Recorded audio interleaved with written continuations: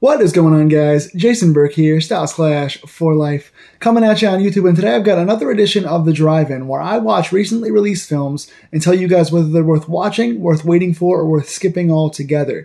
Today I've got one that I was excited about. Saw the first trailer, looks super mysterious. We'll discuss how the trailer played into the movie a little bit later. But I'm talking about a horror sci-fi kind of a genre mashup. Talking about 2025's Companion. Like I said, I saw the first trailer, looked real mysterious, the cast looked good, so I was excited to check it out. Sadly, we've got an ambulance in the background, hope everybody's okay, but sadly it took a few weeks to go see it. I wanted to see it a little earlier. My friend Yanni mentioned that she wanted to go see it, so shout out to her, so she and I went to check it out. And overall, I had a very good experience. Let's go ahead and talk about it. I'm going to keep this review as spoiler-free as possible. It's still a fairly recently released movie, I think within a few weeks. So go check it out. No spoilers in this review if I can help it.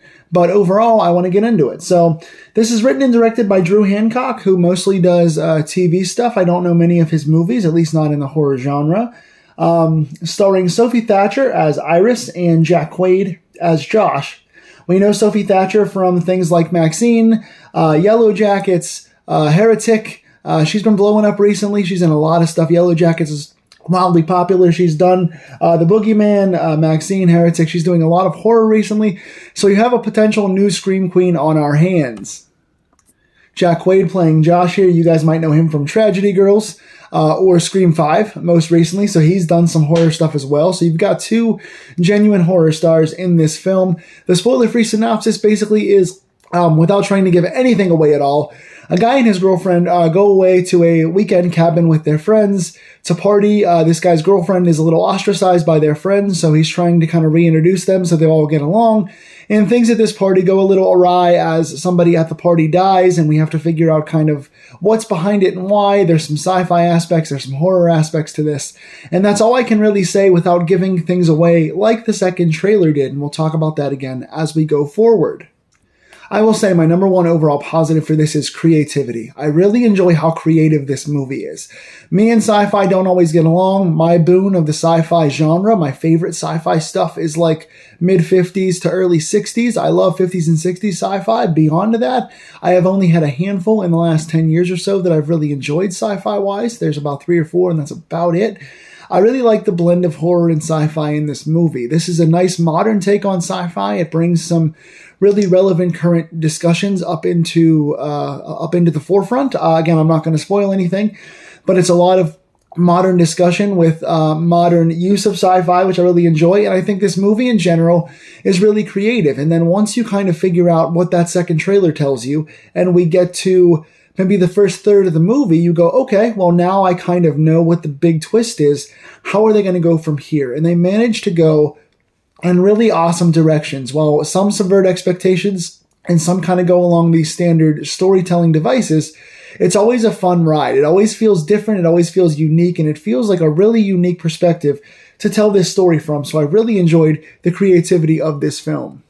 The next big thing for me in this movie is smart choices. I love the character choices in this movie. I talk a lot about how, the days of the 80s are gone in terms of the standard girls in horror movies, and how the modern final girl was more resourceful and more intelligent and brings about an entirely new aspect to the final girl situation.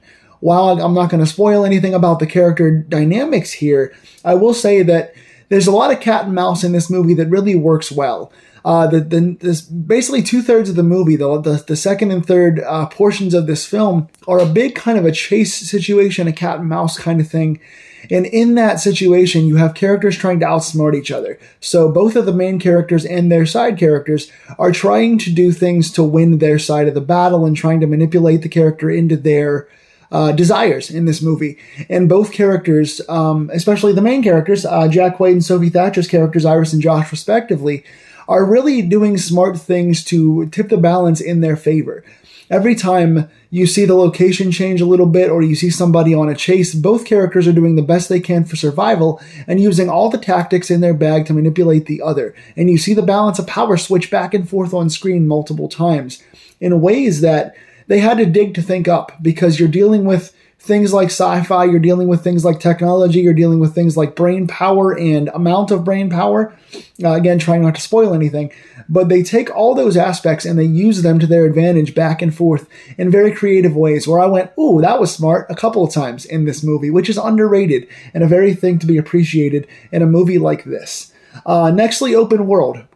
I really enjoy how they've created this world for themselves with certain characters. And again, a lot of these are points that I just can't spoil because I'm trying to be more conscientious than some of the trailers were. But the open world they've created in this, where some of these characters have sci-fi tendencies, and they can really build on that. More characters can have those things. They can find each other. They can work against each other. They can work together.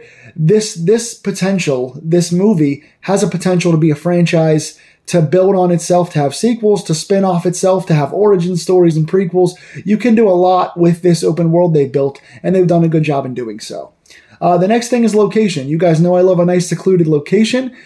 This takes place essentially in one location. It branches out a little bit as it goes, but it's mostly in this cabin that is technologically kind of advanced, but not in a way that smacks you in the face. It's got some nice space to it. It's got some open windows. It's got really pretty scenery. So I really like the location they used in this movie to try and make things feel like the plot's moving along and like you're stuck in one place, even though they kind of branch out. So good location in the movie. Acting overall, very, very good. I enjoyed everyone in this. This is mostly, I would say sci-fi first, horror second, drama third, but there are some aspects of comedy in this. There are a couple characters that have some nice lines. There are a couple flashbacks that have some nice comedic moments in them. So a little bit of comedy, not overbalanced by any means. I talked about that in Hard Eyes. Really enjoyed the balance and the little bit of comedy they put into this.